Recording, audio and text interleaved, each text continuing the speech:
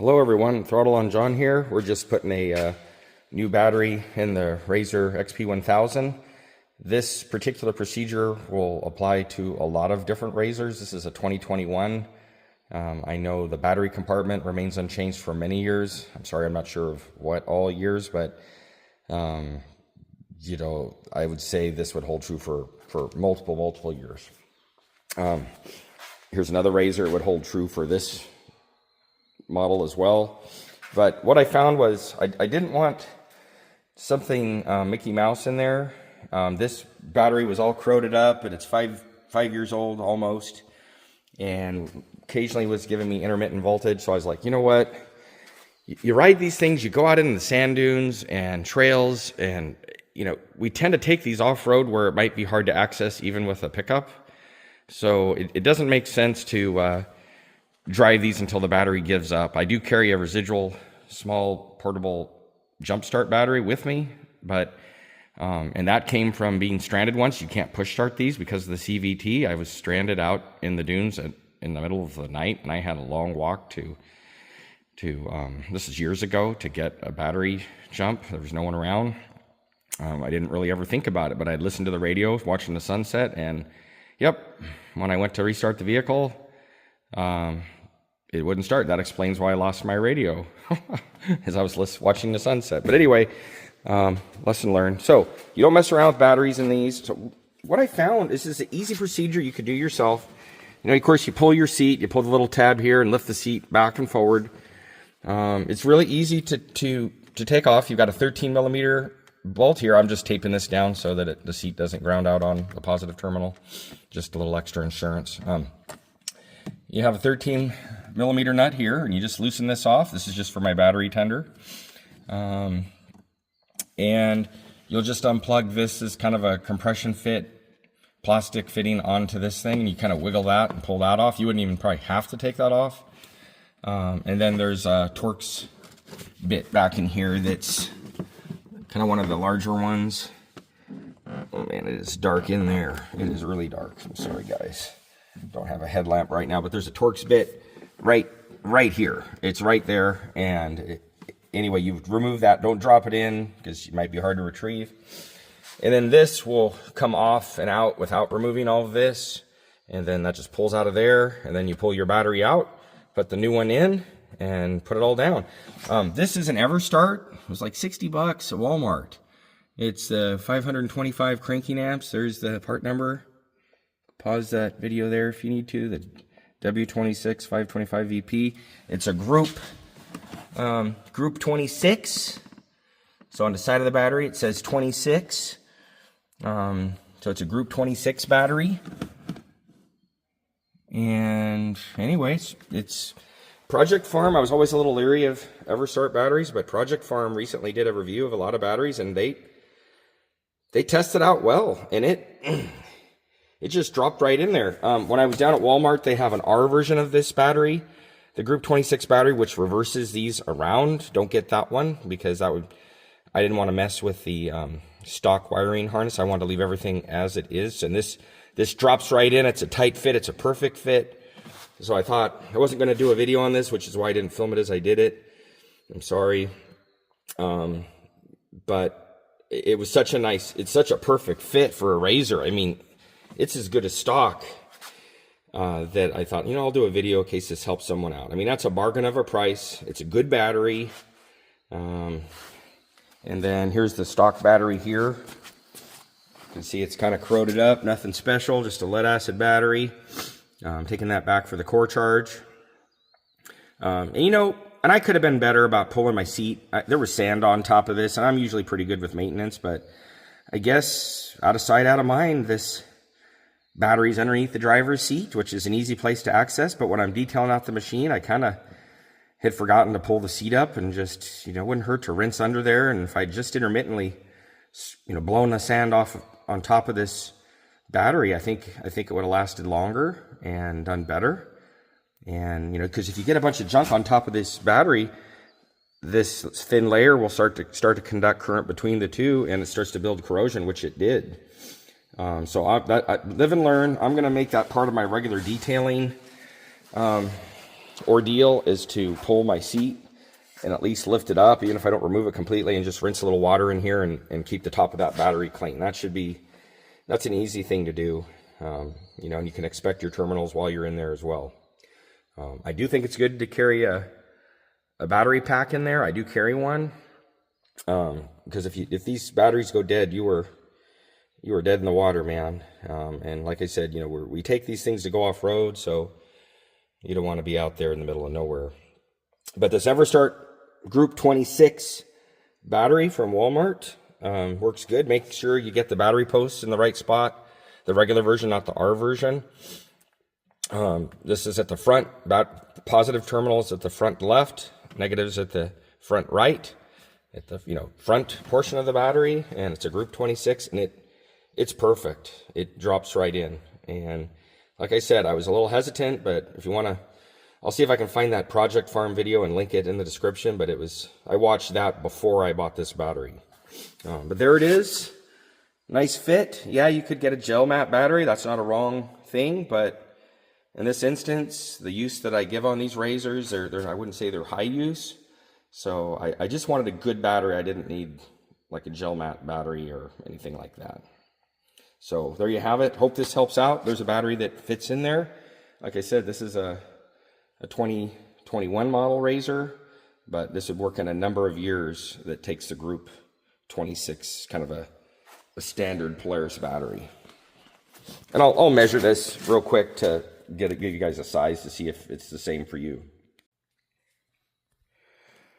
It was helpful to have a small portable vacuum nearby because that was full of sand and stuff. And I did rinse around in there, but man, it wasn't good enough. But this little DeWalt vacuum has been great. It's just a little portable one. But anyway, let's measure up this battery. So if you have a different model, you can maybe confirm this is for you. Let me pull this tape measure out here. Okay, it looks like and these are rough estimates, so don't hold me to this completely. It looks like we're roughly we're not quite 7 inches wide. We're like 6 and I don't have my reading glasses on. Where are we at? We're like 6 and 3/4, maybe a tad under, but 6 3/4 roughly. I'll let you guys kind of read it for yourself there. Okay, and then if we go lengthways, we're roughly 8. Let you look at the end point there. You got 8, and then there's a little tabby for the handle. Takes us to like, I don't know, 1/8, but the bottom width of the battery it looks like straight on. Oh, the bottom width of the battery actually is a little, let's make this a little better. So actually this ends up being a little under 8. It looks like it's actually like 7 3/4.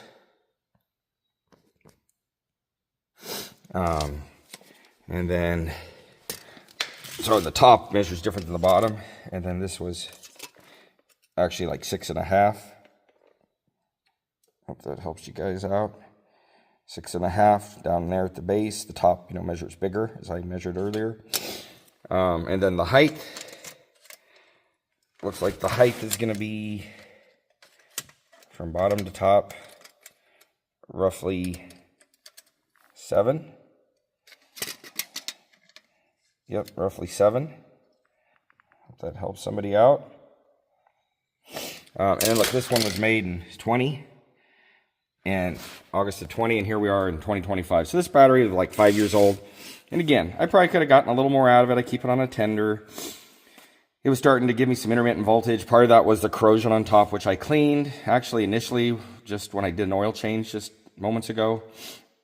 And man, I was like, shoot, this battery's getting old, and I just don't want to have another experience like I had, like 8 years ago. Well, I was more like 9, 10 years ago when I had to had a long walk back at Winchester Bay in the dunes. I was at the far end of the dunes, as far as you could go away, and it was like sunset, and I was walking back. But anyway, all that being said is If in doubt, change your battery. I mean, 60 bucks.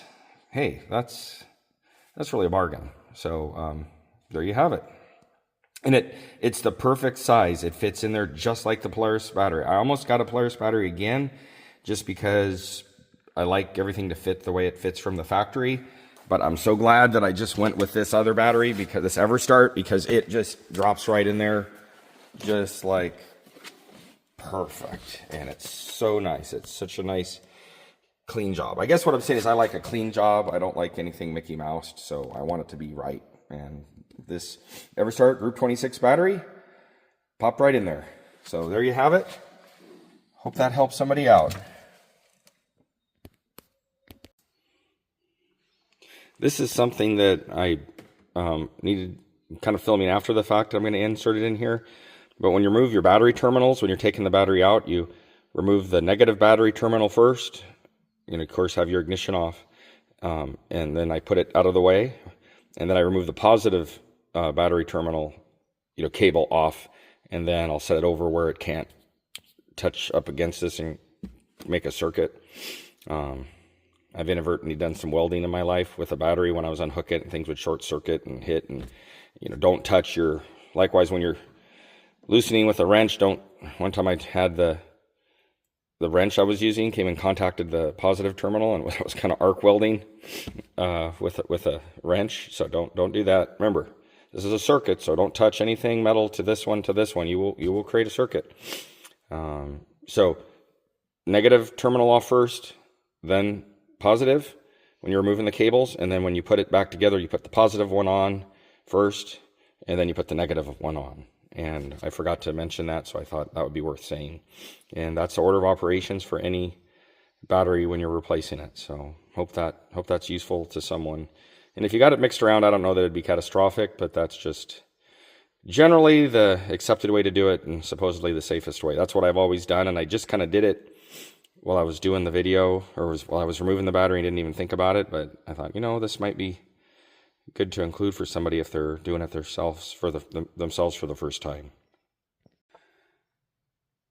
And by the way, keep your battery. There is a core charge at Walmart. They give you this little receipt thing, and then I'll take this battery back and get my core charge back on this battery. Just kind of a final note is I always put a battery tender on here. You can take the little ring outlet, and I put it underneath on this side. You could put it on this side too. You got the negative one. You can put it discreetly along the frame, and then I got the positive one. Put it on the same side. Put it through here, and then I just have it kind of zip tied there.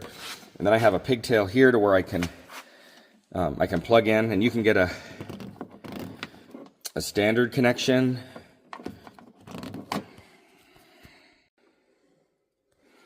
You can get a standard connection. It's kind of nice to have a standard one if you have a standard SAE battery tender. But I've been using these C-Tech modules, which have battery chargers, maintainers, which have this kind of a connector, but you can get something that converts it. So then you just plug this onto there, and then this into there. And this is just a SAE to a C-Tech connector. You can get those all on Amazon. And then I plug it into my C-Tech charger. Jay Leno uses these on all his cars, at least he did many years ago. And I thought, if it's good enough for him, it's good enough for me, because he's got a lot of stuff. So it's just the C-Tech Musk 4.3. They have a 5.0, I believe. But anyway, it's a really good charger. It maintains it. It won't overcharge your battery. And